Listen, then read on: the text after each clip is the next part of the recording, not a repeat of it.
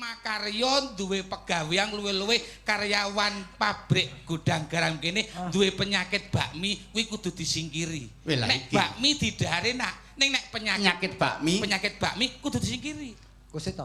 Dijelaske reng piye kuwi karepe. Ana penyakit bakmi iki. Ana bakmi saka BAKMI. B kuwi bosen, A kuwi aras-arasen, K kuwi keset, M kuwi males, I kuwi isin. Oh. Wis wong anggere penyakit kuwi mesti ora bakal sukses. Sik yen papat kuwi aku cocok. Isine kok ora entuk iki apa? Lah wong yen ora duwe isin terus kepiye? Lho, tegese ki aja isin takon yen bener-bener ki ora ngerti. Lah dicethakke. Ngono lho. Wong isin ora duwe isin kebeneran ki awake dhewe to. Kok iso? Apa ana wong bengi-bengi pupuran putih ngene iki? Lah wong ora duwe isin ning kebeneran. Lho, iki bot-bote kanggo nyukupi anak. Apa kowe ora ngerti? Aku ki gek ngrasake anakku jengkel. Lah mbok dipateni. Lho, kale sadis. Aja gawe.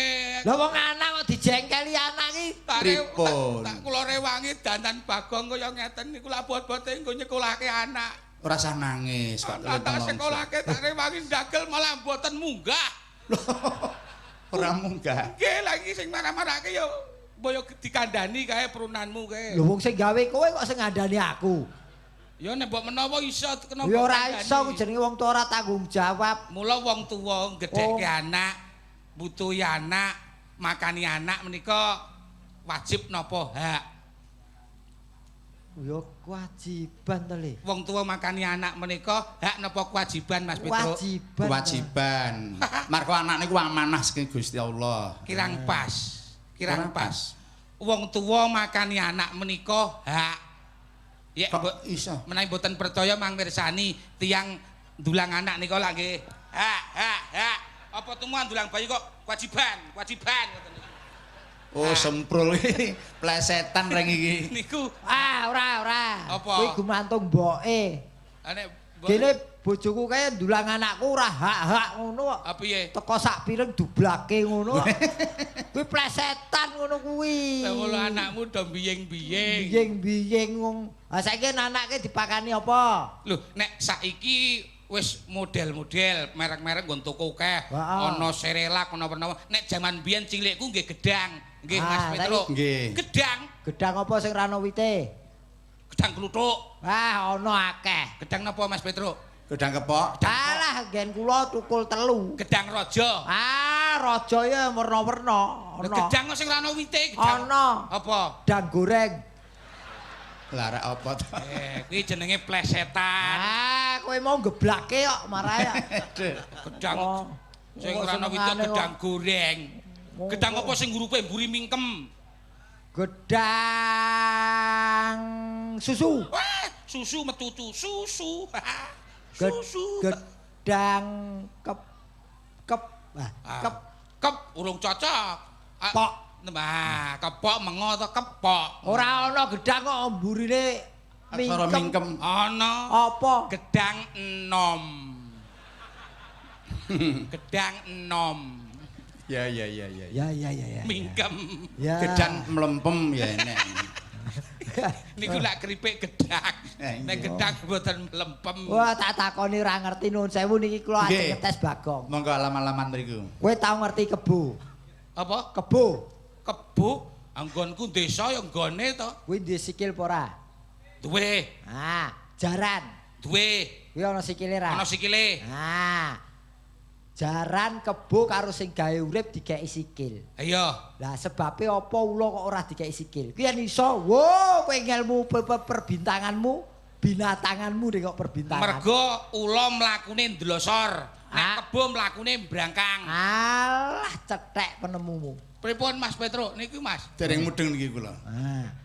Sebabe apa? Yen kebo jaran dikeki sikil karo sing gawe urip ning yen ula kok ora dikeki. Sebab yen dikeki sikil nyokot. Malah nyokot. Sik. Ula ki mlakune ndlosor. Lah iya kuwi yen dikeki sikil nyokot. Iki ana ula terus kek ana sikil. Lah nyokot. Mudar aku iki. Sing marai mah ya Bagong kok. Iki jenenge Plesetan. plesetan ngono kuwi. Karepmu wong kene akeh lumute kok. Ula nek kei sikil nyokot. Ulane disolasi cangkeme iki. Lho, kok sik to kowe iki tukang barang ledek kethek apa piye kok nyolasi ula iki? Oh, kowe tak takoni ra iki yen pengalaman padha-padha. Apa? Kowe ngerti bis? Bis, Ngerti? bis motor kuwi. Ha, ngerti to? Halah pinggir dalan gedhe akeh. Ha, kowe ngerti sepur. Sepur ana, sepur ngerti. Kowe ngerti pesawat. Ngerti. Ha, apa bedane bis, sepur, pesawat? Bis mlakune nang nggon aspal, sepur mlakune nggon wesi, pesawat mlakune nang dhuwur. Ah, yen perkara kuwi ora takon kowe, takon cah TK wae ngerti. Napa Mas Petro? Lo dewangi. Napa niku bis, sepur Kowe karo pesawat? ora ngomong bodho kok golek bola. Lah yo ewang-ewang kok. Bedane Heeh. iki sepur kuwi yen mundur kuwi jenenge langsir. Langsir. Bis kuwi yen mundur kuwi atret. Nek yen pesawat kuwi yen mundur penumpang rugi. Mergo wis korban wektu, korban tenaga. Oh, delay to. Wah, pesawat yen diundur penumpang rugi. Wah, ora ngerti kowe ora tau numpak pesawat kok kowe. Wis gila ora ngerti. Sing ngomong sapa? Ah. Sumpah aku tau numpak pesawat empok tahu aku. Lho wong mabuk kowe kok sombong. Wong jenenge wong Kowe kene ngerti ora kucing? Kucing ngerti? Ngerti. Kucing menek. Tiba, buah sing dhisik napane. Napane Mas Petro? Pripun? Kucing niku menek. Nggih. Tiba, buah niku sing dhisik napane? Ya awake kabeh no. Salah. Sikile. Mboten bener, Sikile. Salah. Buntute. Salah. Sing tiba apa nih? Sing dhisik meneke. Kucing menek tiba bok. Sing dhisik ya meneke. Lah kok iso awake iso sikile iki?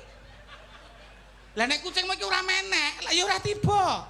Nggih, Pak. Bener. Kok tak ewangi kowe?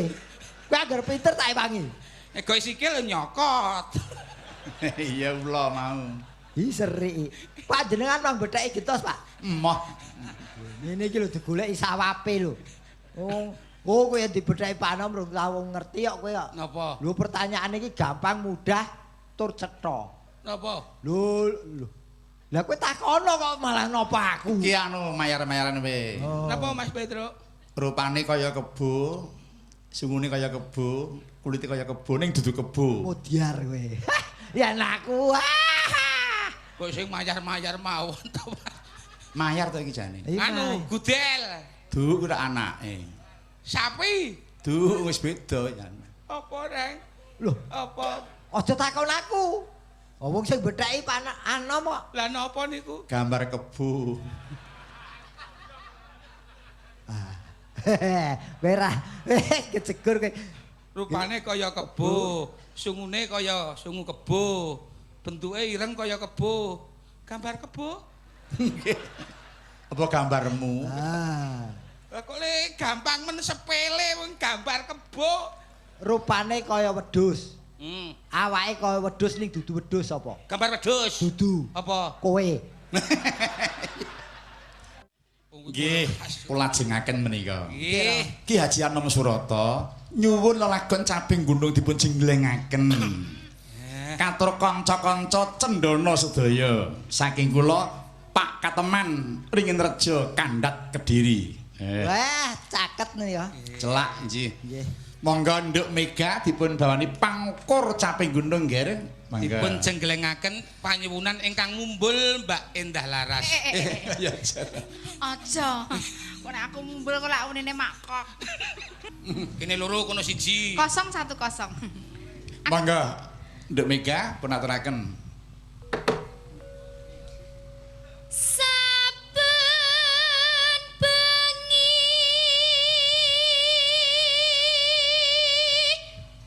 nyawa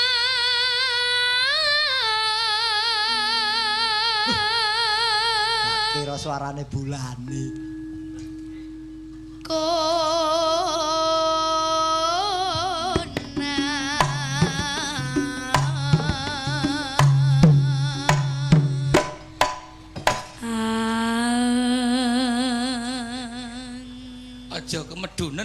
ya, Reng? Mengke riyen, Pak. Nang Napa apa? niku anyang-anyangen napa Pak Gereng? Ngapa Mas? Kok Dikira anyang-anyangen. aku golek ngenteni aku. Kacek. Gendang ceket-ceket iki lho. Wis, wis. Pak. Wis siap. Iya.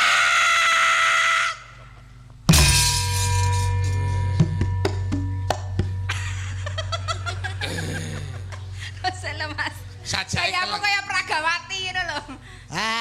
Wong ya memang disesuaikan karo kendangane. Oh ngono. Kelegan. Nano. Yen memajang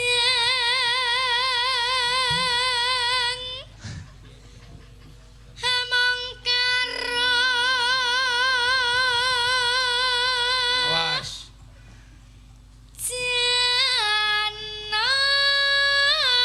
janan kuning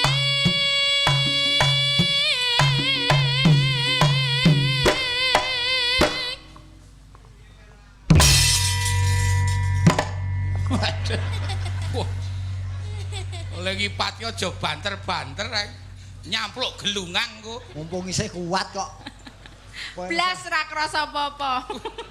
Ora krasa. Ora krasa. Bantere kok ngono iku Ora krasa. Piye kaya ngono ki piye? Endah kulite badak. Kene keder kabeh kok iso kowe ora krasa. Jarene tukang sone. Apa? Tanding kuwi karo kuwi lho. Jembi lawuk. Siwa pada wilawo. Ayo, Nduk. Tadah kala mangsa kapok. Kembang wae wata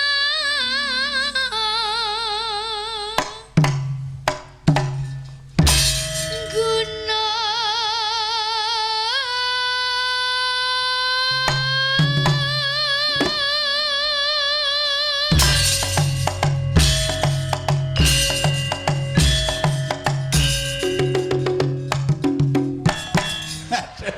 Piye, ngono krasa ora nek ngono? ora masalah piye-piye, pelecehan. Lho kok iso? Loh, aku sebagai wanita, heeh to, tak dang getung-getung nyuk ngono kok didadepke aku. Aja nyalahke aku, kowe nyalahke sing ngendang. Lah, Kok ora percaya? Iki aku lak manut kendang, kendang ngono. Lah ya ning pas nyuk kan iso madhep rono, ora kudu madhep aku. Hah? Iki pelecehan. Ora entuk madhep kowe. Ora entuk. Aku oke. Nah, ya toh ditinggal minggu ora pas to. Kok sik? Piye? Maksude kuwi sing nyuk-nyuke kuwi sing rono, ora mung ngene tok, ngono lho. Sing dikarepke iki kabeh. Maneman li gawe angel kok. Iya, Nduk. Sing minger dhuwur tok. Krungu suarane Mega ki jan seneng aku. Seneng mat. Besike empuk suarane aku. Pun calon presiden dados. Dasare pleng slendrone ya ora Diaturi kok ora sliring blas. mboten slendro keyboard. Lah iya, Nggih, nek- sendur gamelan. Lah nggih nek slendrone keyboard niku hukume niku mlebu neraka nek kula. Nggih, Pak. Bisake. Lho, kuwi Ning pleng Mangga. tenan sahayu elok. Ayo, Nduk. Pacita. durung. Wuru ditangkang kok. Genti Bagong ayo, Gong. Siap, Gong. Iya, Gong. Pun diwakili ngoten kok. Ayo.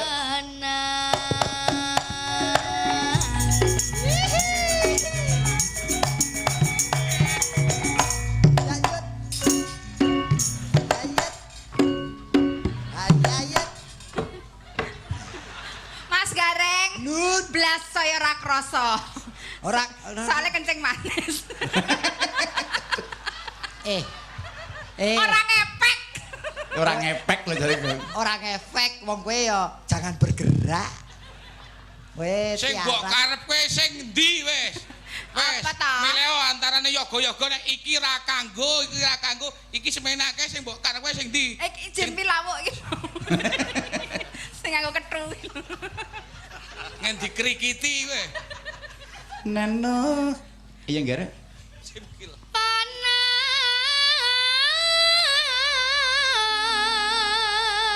Panas Oh.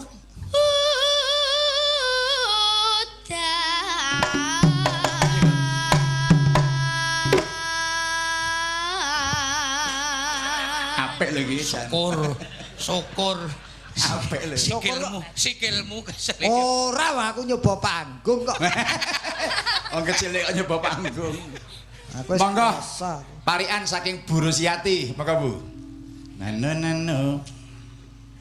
Saos tiram Saos tiram, cacahe papat cacahe 4. rokok gudang garam selera masyarakat. Alhamdulillah, matur nuwun. Nek gawe seminggu kepungkur niki. Ayo putar sini. Neno. Kok dadak geret meja barang. Pager tembok Mujur ngidul. terus Angger tak demok Tungul. Apa kuwi ta? bonekane kok lho sing cilik didol ten yen cembrengan. Oh, sing ning mobil barang ae. Mobil. Kae ora tungul-tungul kae mentul-mentul. Ora masuk iki. Nek laire ngono ya tengul-tengul nek batine ya Monggo gentos Mbak Setiawati. Nano. Kurusep. Ning damenan. Ngopo wong ngendrok apa? Kulino. Niki anu Mas Bagong kali Mas Gareng. Oh iya, ning tamenan terus Riwayat hidup iki. Timbang kemresek timbang kemeresep. luwung gentenan.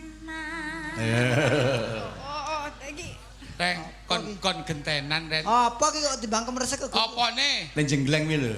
Nggih, nek joget rasah rebutan. Kok kemresek kaya tas kresek kowe. Lah rebutan mumet. Oh iya, rebutan umet ah. Monggo Ibu Ajah Sri Warasi.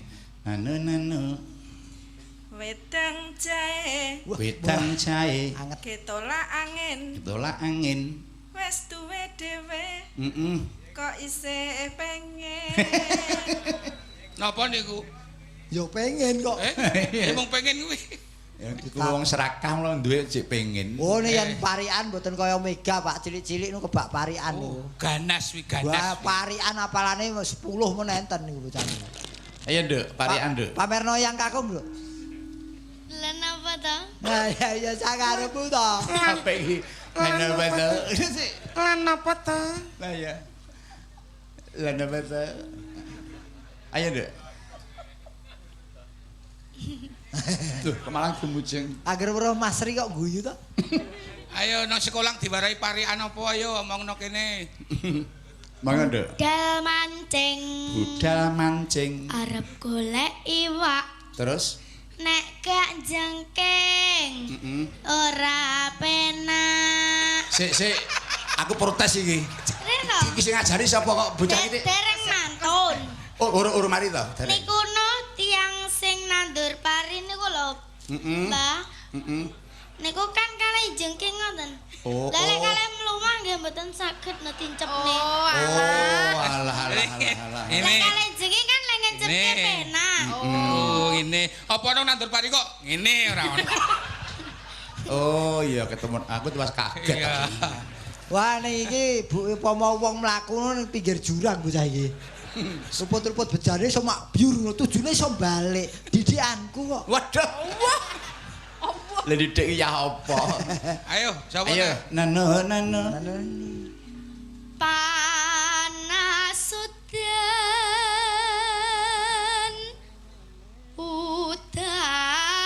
panas. Waduh, cengkak iki nyenenge. Panas udan. Iya. Udan panas. Aja nah. Kaya karo nandur pari ngono mau. Aling-aling ya.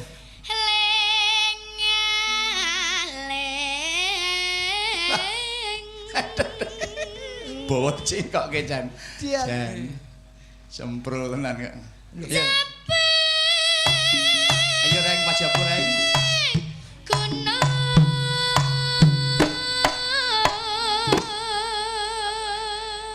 Yo. Wah, mengke mboten muli melih. Muni nek iki muni. Tanggung jawab ki, Pak. Ya, ya. Waduh. Muni to. Nadyan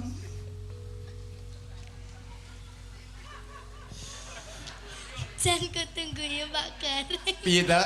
Lek kemaki. Muga-muga ilatih kecap. Rambut jaji.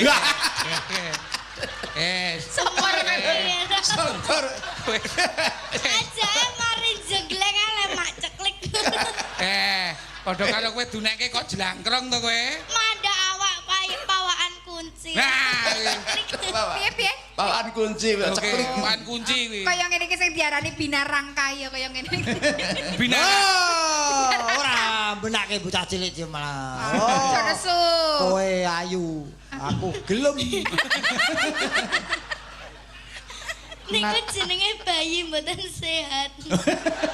Iki zaman biyen ora mimi asi lho. Kowe Dadine ya kaya ngene. Kowe padha karo Aki niku. Ya bener. Ben aku aki. kowe dunekke kelaparan kowe reng asli nek iki. Dunekke kelaparan kowe. Sabar, upama Iya, ki sing Mas, munekke bener. iki wonge rada gedhe sithik, dewasa tak ngacok.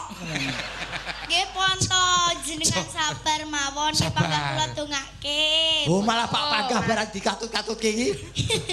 Kowe ngrungokke piye? Panggah kuwi mau Panggah doak-doake apa jembaro dalane ngono meneh. Nggih.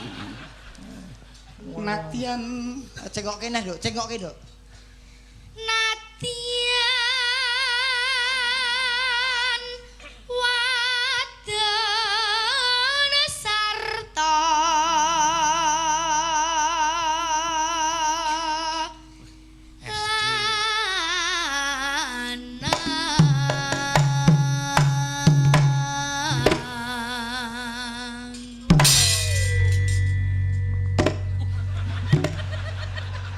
Rono. Kleru. Wong joget iki kleru ya entuk kok. Entuk. Entuk. nene. Iki ngapa to, Mas? Mbok aja nang kene ngono lho. Endah ki angger kangen kok bengok-bengok ngono ya. Model. Dimatke sing tenanan. Hinu mane banyu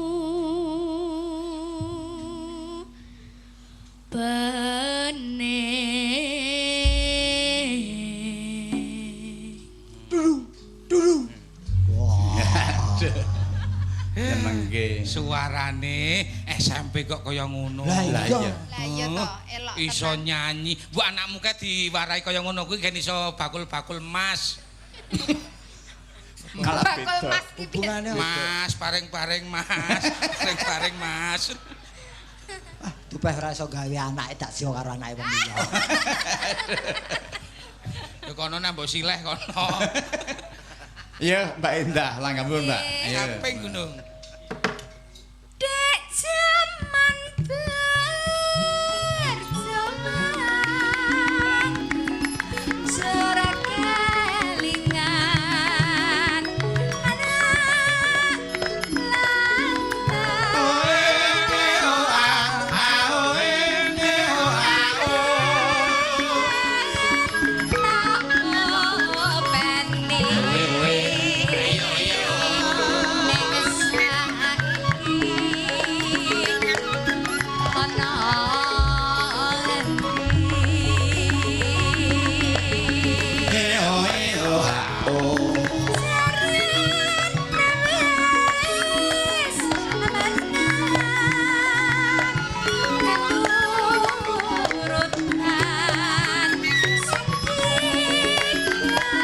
Oper Nduk Mega, ya.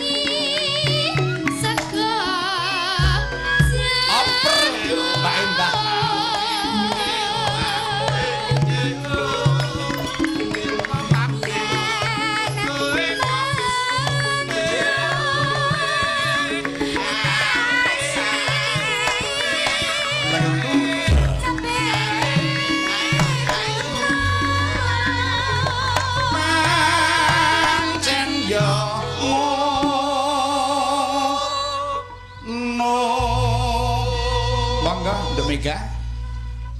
Seger bisa yang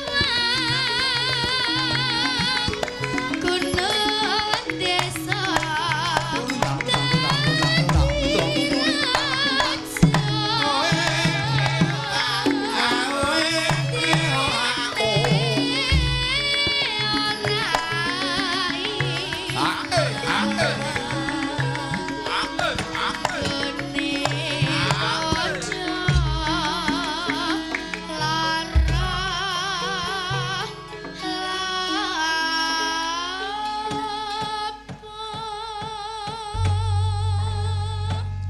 Sembah nuwun sampun katur swanten kalih Mbak Endasa Genduk Mega. Nggih. PT Gudang Garam TBK Kediri kepareng mahargya warsanipun inggih kaping 53 taun. Kanthi atur sukses kagem PT Gudang Garam TBK Kediri mugi saya ngrembaka. Amin. Amin. Amin. Saking kulawarga radio Andika FM Kediri. Weh, nggih. Kepareng tinimbalan nyiaraken langsung pagelaran Ringgit Purwa ingkang panjenengan asta Pak Petruk. Alhamdulillah matur nuwun. Selamat mengudara. Kawula nyuwun lelagon mliginipun iyasanipun Suwardi Kinarto Sabda antawisipun petis manis, kudangan, wirawiri. Sembah sewu nuwun saderengipun kawula sak kadang kru radio Andika FM Kediri. Ya. Kinutang kutang iki bisane gayeng yen kur. Sareng-sareng. Nggih. Monggo. Monggo. Kinutang kutang. Tak ta ning nong ning ya.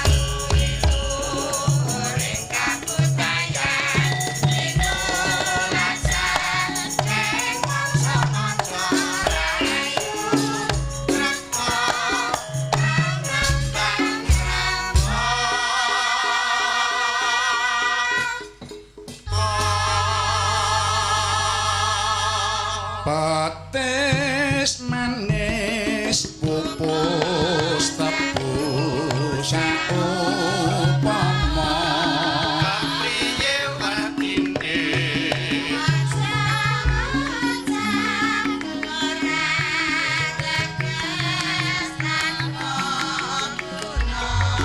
kapriye karepe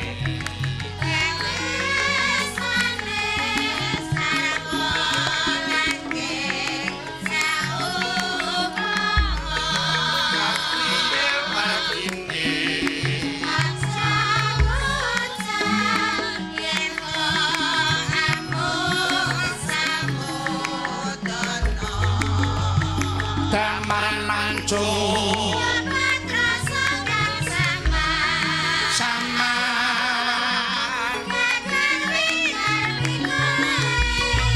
mula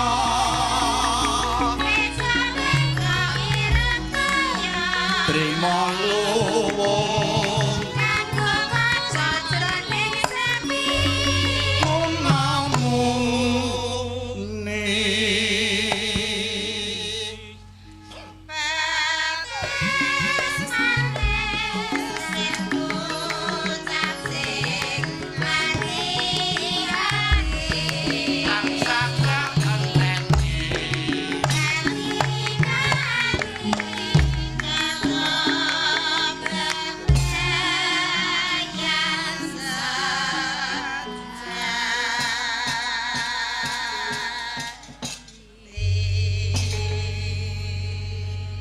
Menika kantun wonten awala kalih dadeke siji nggih. Mas Gareng, Mas Bagong, Mbak Endah.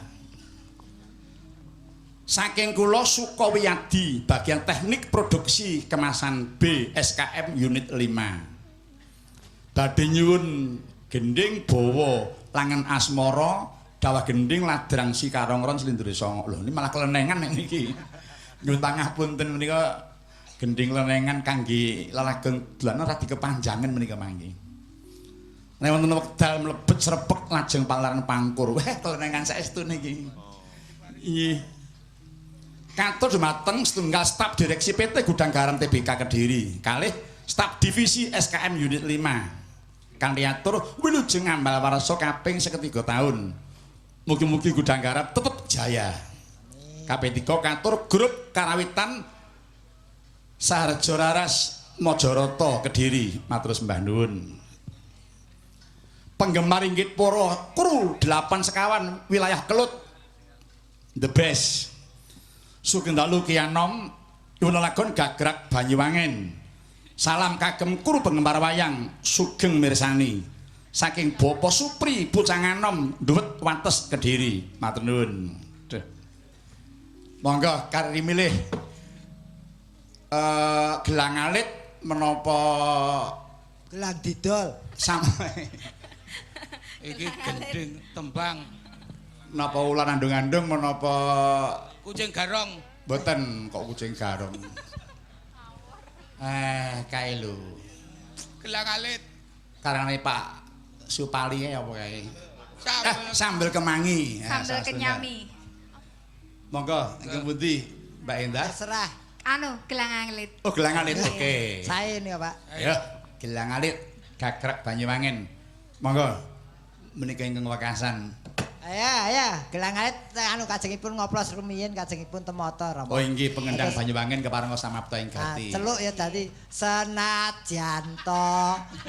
Moh ora metu kuwi. Cah ora enek. Oh, nggih to. Oh, monggo punaturaken Mas pengendang.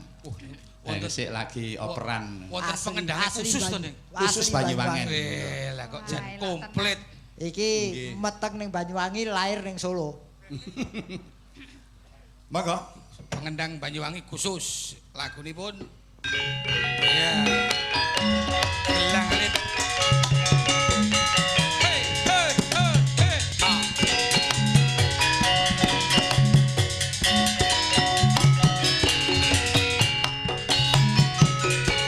Wis kelakon semene lawase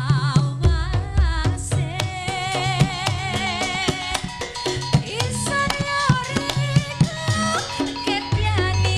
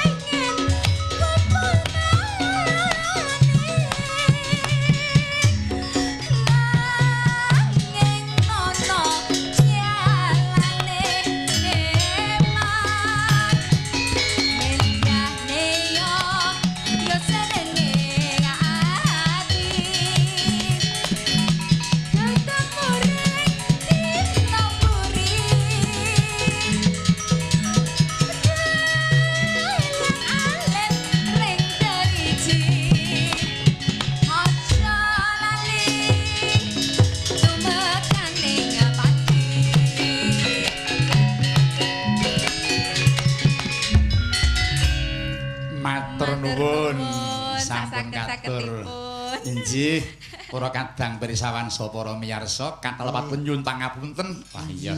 Mbak iki laku nggih Mas Gareng, monggo. Nggih.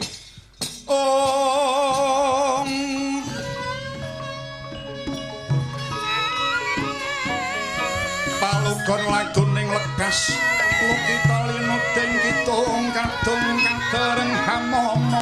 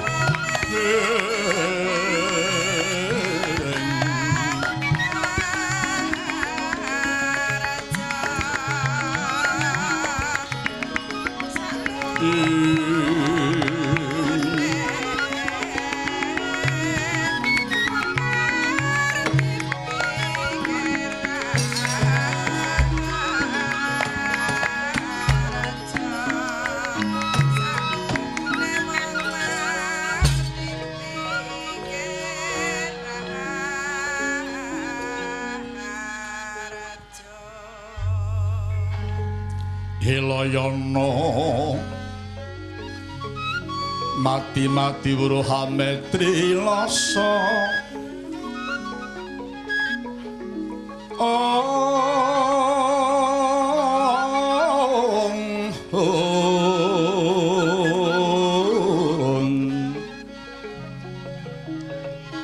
manglono pangapitira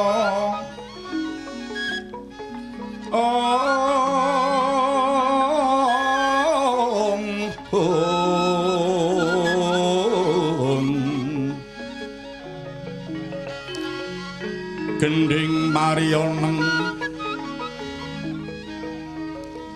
tapane si Cakalaya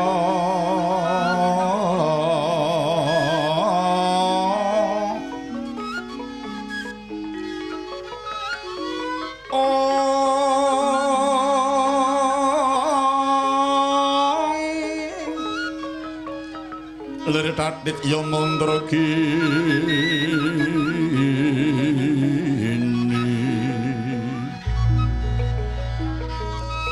ya nang Antono Joko Lamar Mbok Sri Gading melati sora kemuning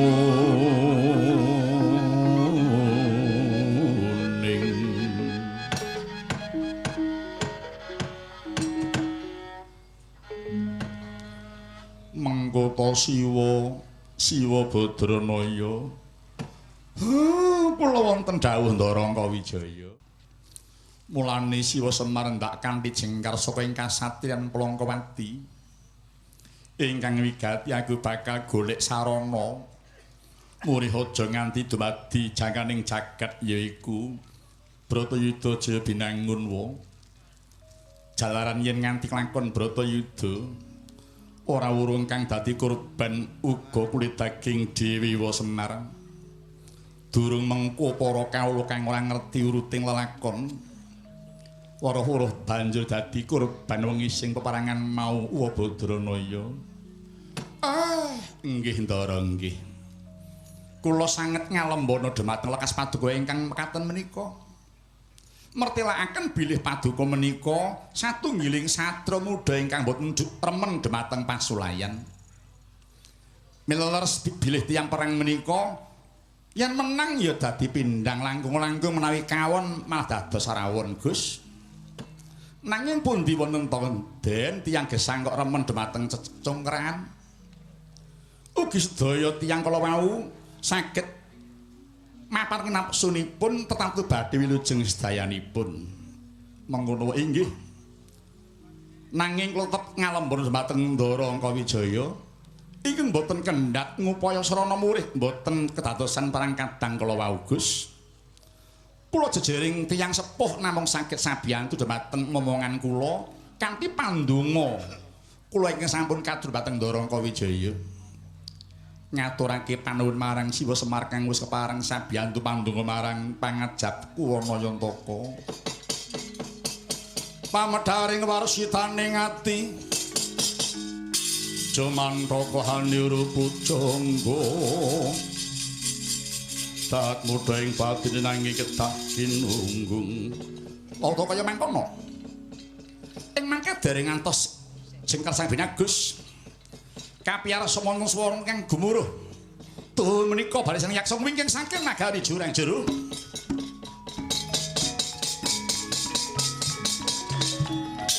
Sikra kang kala tumingal.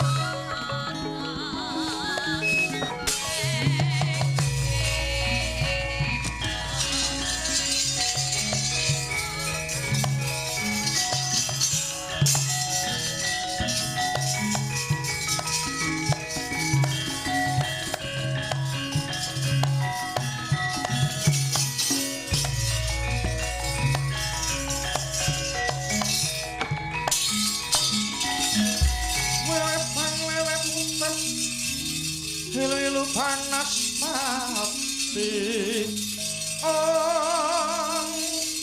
Jem setan priperayangan jerangkung gendong warudoyong Klek-klek balung ngatandak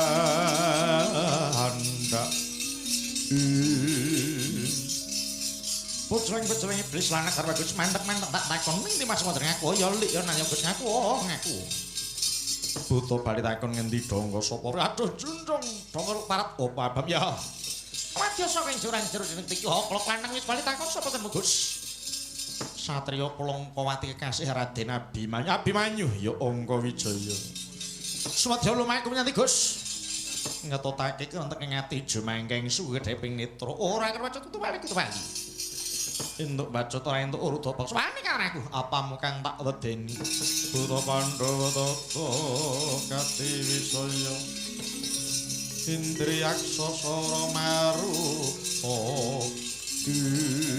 Prait ngati Gus. Kowe napa ngentanmu rangsang kemudajar karo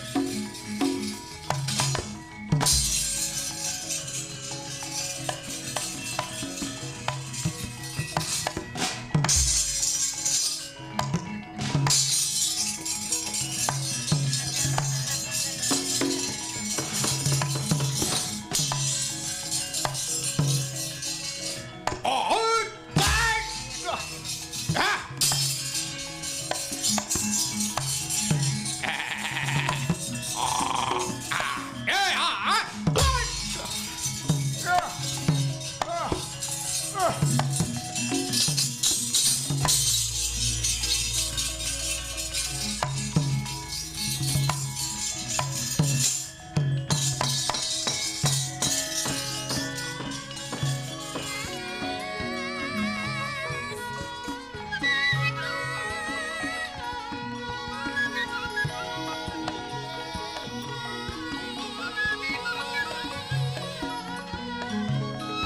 langening kalang nyuwana gelar pangdam muncara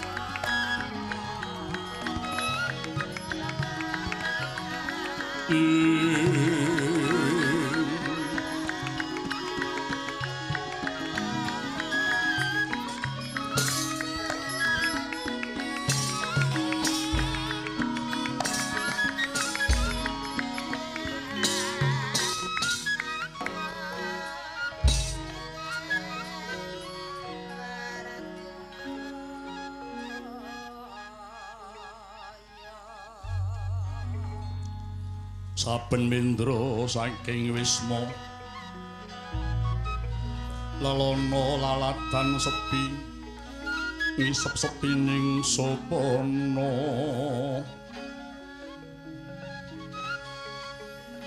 mrih pana pranawing kapti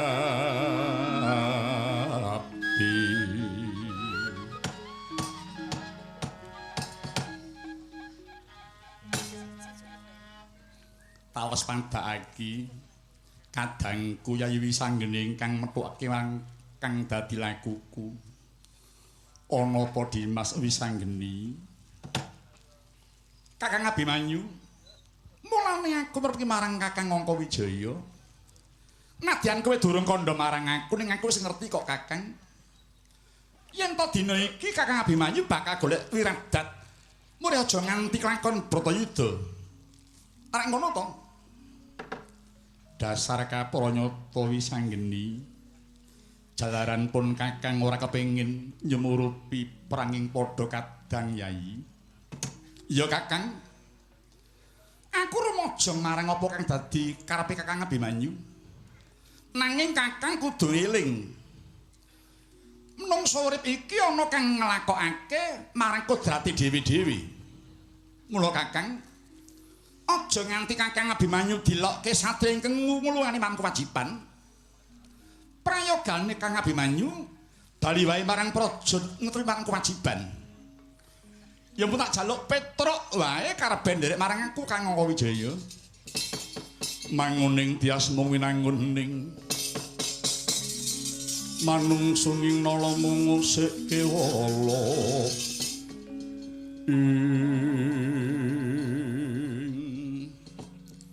Bener kang dadi aturmu Dimas pun Kakang mundhut pamit kundur marang praja mangsa bara Kakang Abimanyu wa Semar Nalagaring lawan Bagong tumindak kanthi kundur iki monggo kula diraken Ndara monggo Den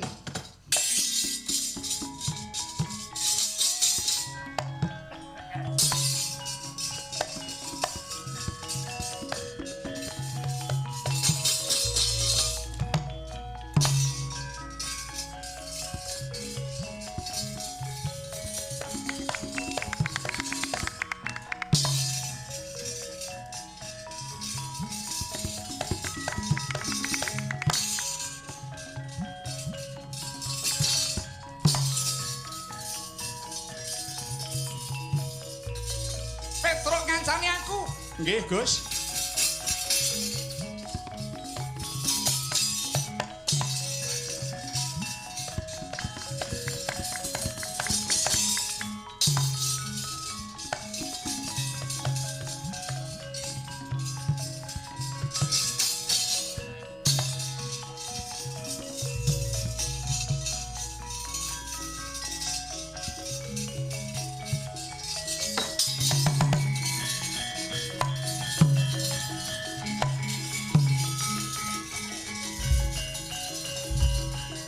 Oh, wah.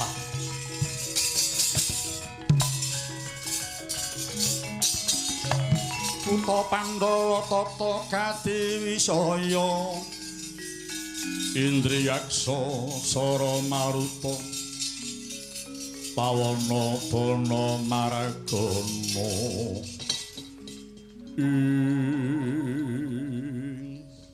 Petruk kula Gus. Iki ana buta renggunuk tak kira gunung bisa lumaku. Nggih, Den buta kok galake kok ora pati enek malah nglendheh lakune. Dek buta ngendi iki? Anakku lanang ngere wisanggeni. Apa sira pangling marang Punwa ta ngere? Aku ora pangling kok, Wa. Paduka Siwa Bathara Kresna. Kang lagi kena si kuning pandita seneng pasang lalat. Nanging Siwa ora susah kuwatir. Sing tok sandang kuwi mau mung barang sulapan kok wae. Ora ndadak Siwa njaluk marang Wisanggeni. Ning Wisanggeni kang bakal ngilangi sulapan kang semandang marang Sirawa Kresna.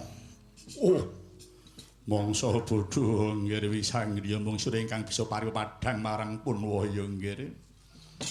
Gusti Kang Murbeng jagat maringana daya luwih marang Wisanggeni tak garyang pulwujud sekawat ya wa.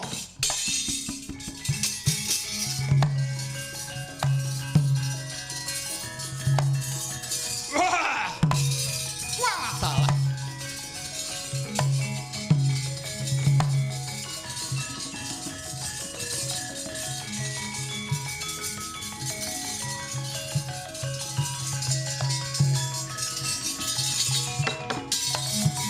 Tatkala narepa Kresna tan tulus anyakra-ring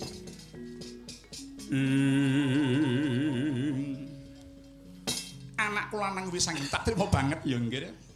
Dene sira wis bisa ngilangi kang dadi sukraning Punwa Wisanggeni. Iya. Padha-padha wae ireng. Lah Sinuwun Ndarawati. Iya Petruk, sungkem kula Sinuwun. Tak tampa Petruk.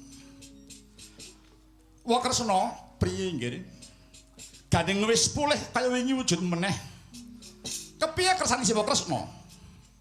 Nggih Wisanggeni. Kahanan iki bakal ndak wertakake marang pepundhenmu Pandhawa ya nggih. Lekasing pendhita ingkang ngayawara mau aja kongsi mrembet marang Praja Ngamarta. Mangsa Bara Prabu wis karo Hanggara Wisanggeni.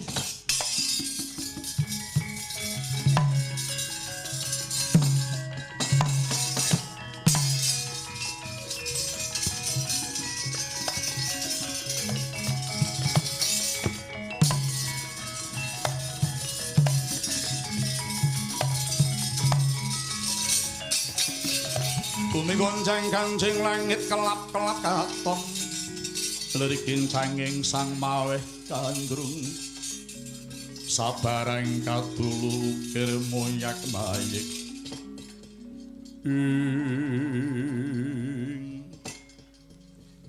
iki ana pendhita ingkang prapta kisanak kowe sapa? Aku Begawan Saba Siti prapta kowe kene aku goleki buronku. Kene ora kidang menjangan. Buronku bala srewu dudu kidang menjangan. Sumurupa Saba Siti. Bala srewu wis badar wujud Siwa Kresna. Dadi tanggung jawab Wisanggeni. Weh ladalah. Yen ngono kowe wani mbelani marang Kresna, tak lok sak dosamu. Tak sakjane tak turuti. Oh, iki ajiku Goro Pawana Tadana.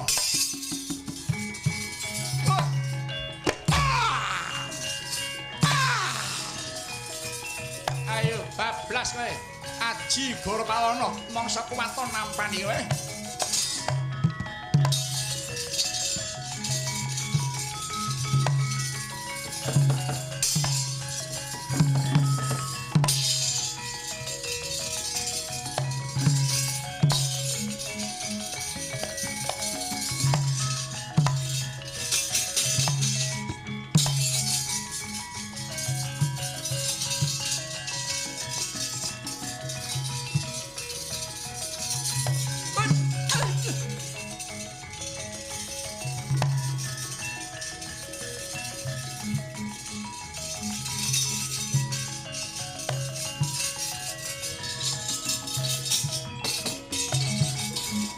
rakyat risang kapirangu rinangkul kinempit kempit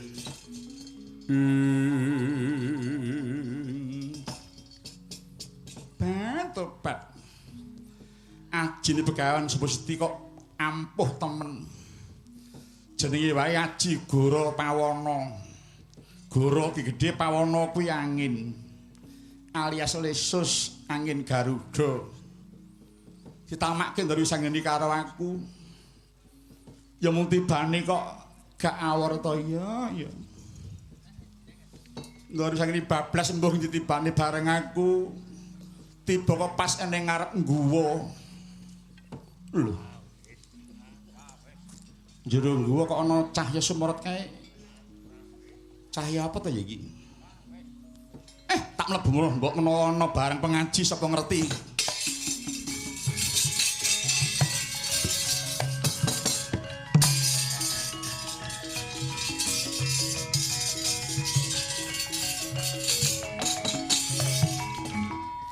Wata kaya mangkono.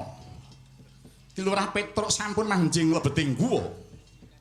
Saknalika kaget labet nyumurupi wonten lungsunganing naga ageng kanthi busana kadiwatan. Datang Saranta ponang lungsunganing naga sigra den angge dening Ki Lurah Petruk. Wis nyopurna ngangge marang lungsunganing naga. Sirebet saking lebeting guwa Ki Lurah Petruk.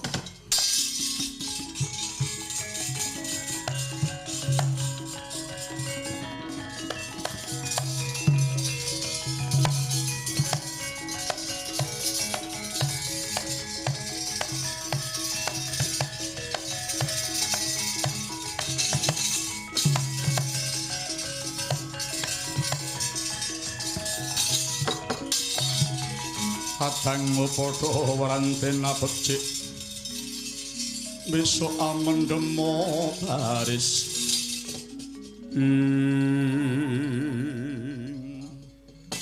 Batopat sorot nelai mau jebul lungsunganing naga kang miranti penganggon dewa bareng lungsunganing naga tak nggo lah kok jebul trep kaya wis diukur sadurunge tur awakku kok ya krasa enteng temen to iki.